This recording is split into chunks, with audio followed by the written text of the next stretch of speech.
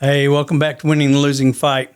So, since I was very young, I've always felt kind of out of place in every social situation.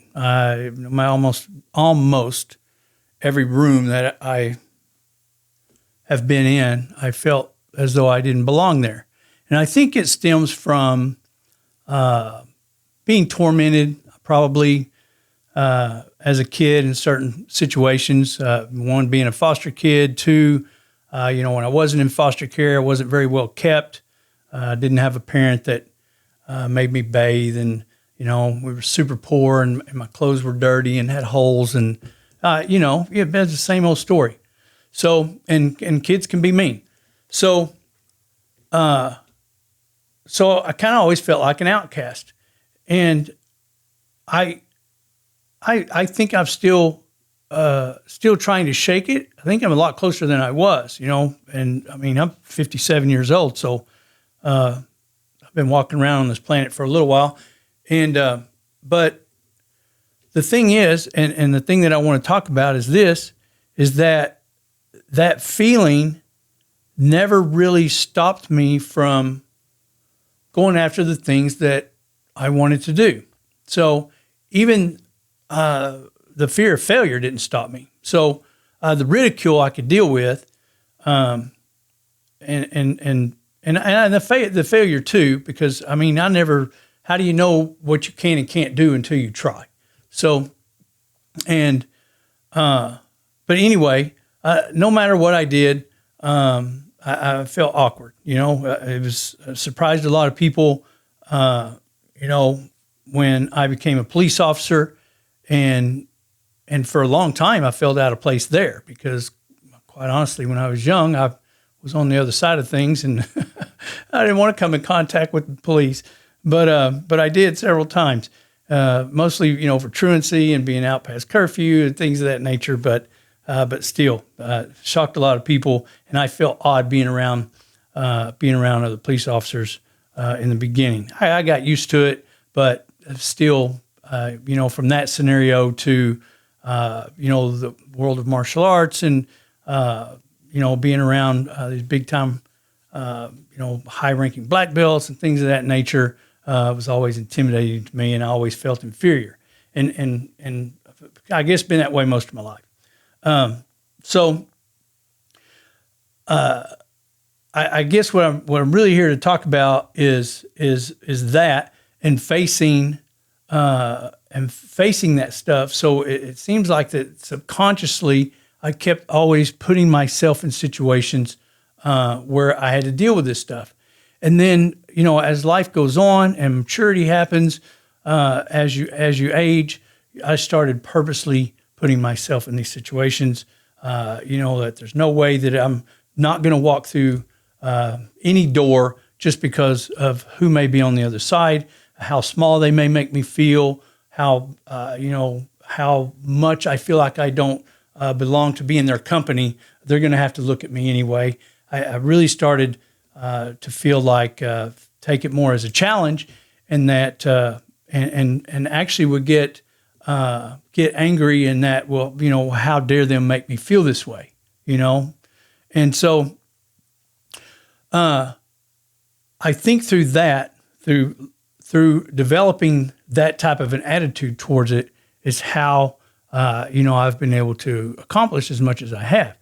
And quite honestly, to me, it's not that much. Other people think that I've done all these wonderful things and I've helped all these people. But for me personally, I still have so much more that I want to do. And as time goes on and as I work on myself and my personal development and my confidence and my courage, to face new things, I just, keep putting more and more things in front of me. So, in 2020, right before the pandemic hit, I started college. Haven't been to college, didn't even finish high school. I got a GED I don't know, 4 or 5 years after I dropped out of high school. And of course, dropping out is a whole story in itself, and getting released from foster care and, not really having a stable place to live and things of that nature. I had to go to work. So, but anyway, going to college, I just started having this idea rolling around in my head that, that I might want to go to school and see what I could accomplish that I didn't take the time to accomplish while I was in school, while I was going through high school, because I was a terrible student. But and could I do it? Did I have the brain capacity to take the courses and pass them? So, but anyway, very intimidating situation. I got to go to in-person classes on campus for one semester before COVID hit and shut everything down. But very intimidating to walk in and 53 years old, I think, and sit down in that class with a bunch of people less than half my age. It was quite intimidating. But I did it, and I fell in love with the process of being there and the process of learning, and kind of gave me a feeling of nostalgia that I'm getting to kind of relive my youth and kind of do things on my terms now, with a new appreciation for the process of learning and personal development. I didn't appreciate all that when I was young, when I was in high school. Back then it was just I was worried about survival. But anyway, my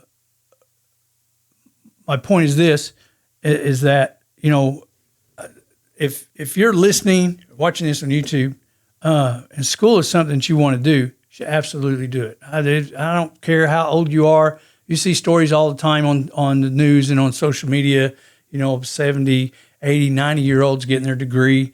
And it's about personal development. It's about accomplishment, right?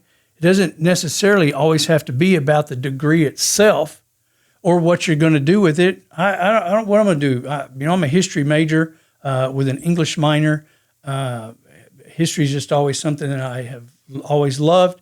And the English was on purpose because it's something that I feel weak at, and I didn't read a lot when I was young, or through my adult life for that matter, and I wanted to get stronger at that and stronger at reading comprehension and to revisit the things that I didn't pay attention to when I was going to high school.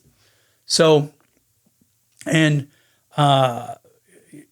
people want me to write. They're like, man, you should write a book. You should write about all the things that you've done in your life and the challenges you've overcome and how you got here and things of that nature. People would love to read it. So I couldn't do that with the education that I had.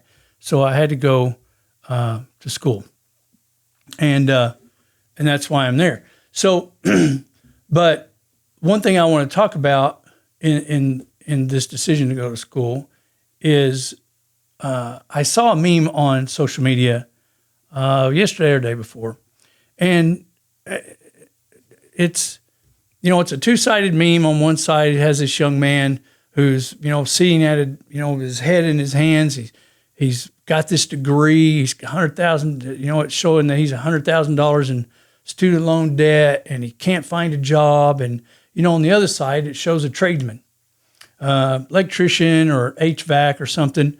Shows this guy, making, I don't know what it said, $37 an hour or something, and has no student debt and things of that nature. And the whole meme was a stab at at college. The undertone was, why would you waste your time going to college, and being in debt when you could be a tradesman and make all this money and have no debt? So, and it got me to thinking about the process of going to school and the whole reason that I'm there. And I've already said it. I'm not there for it to change my financial life.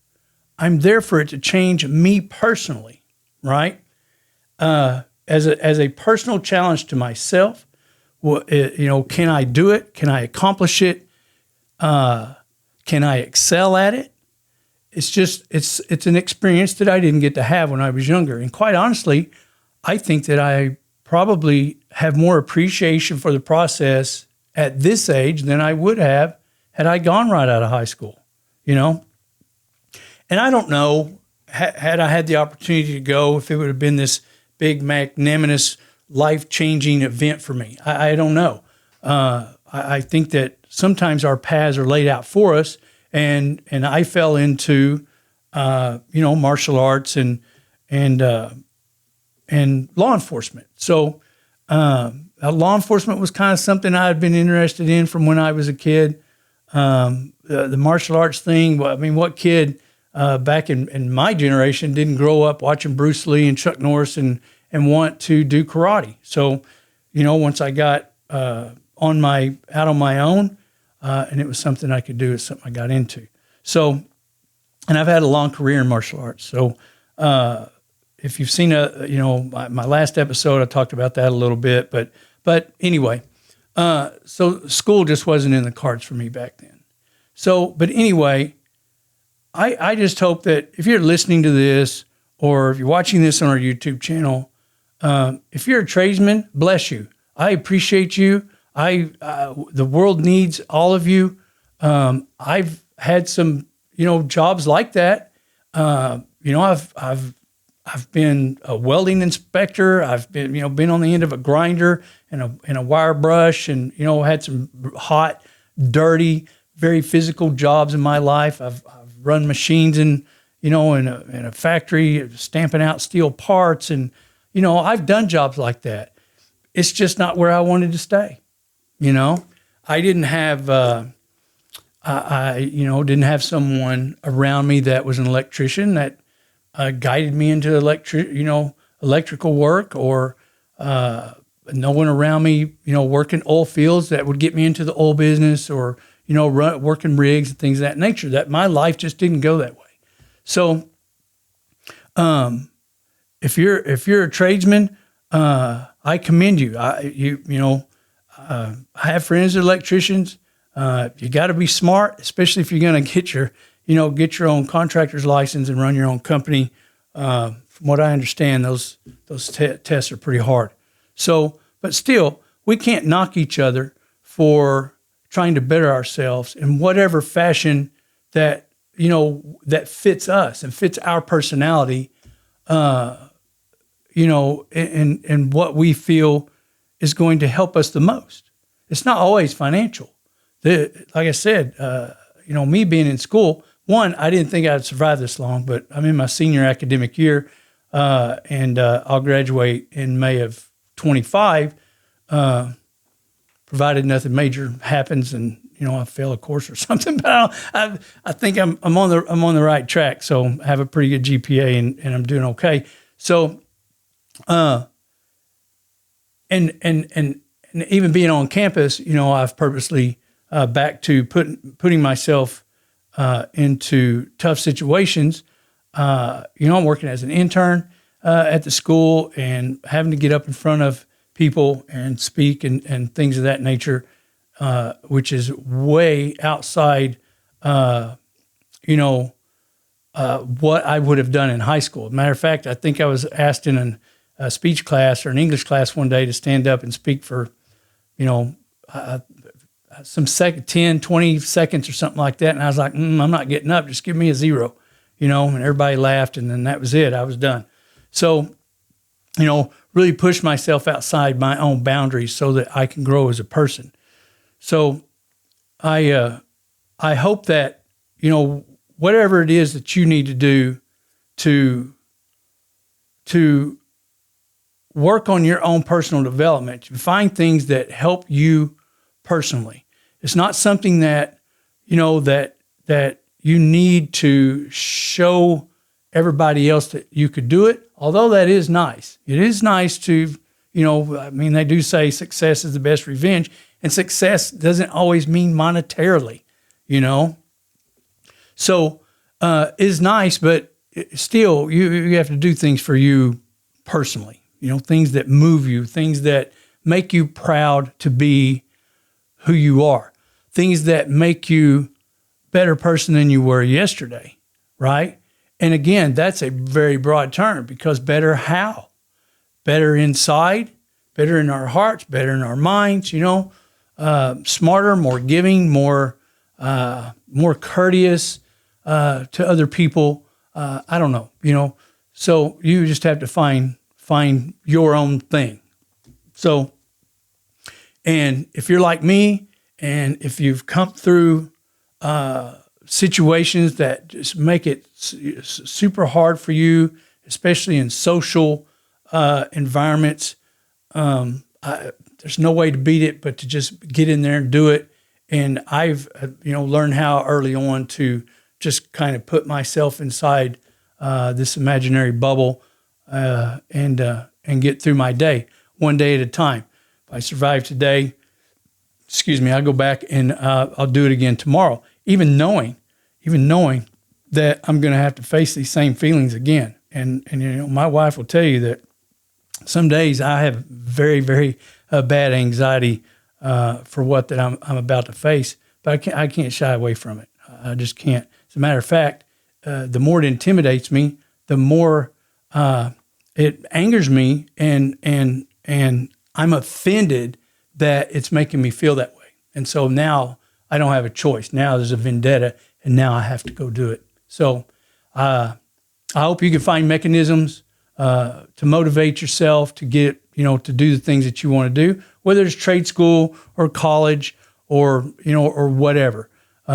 Just your age is no issue.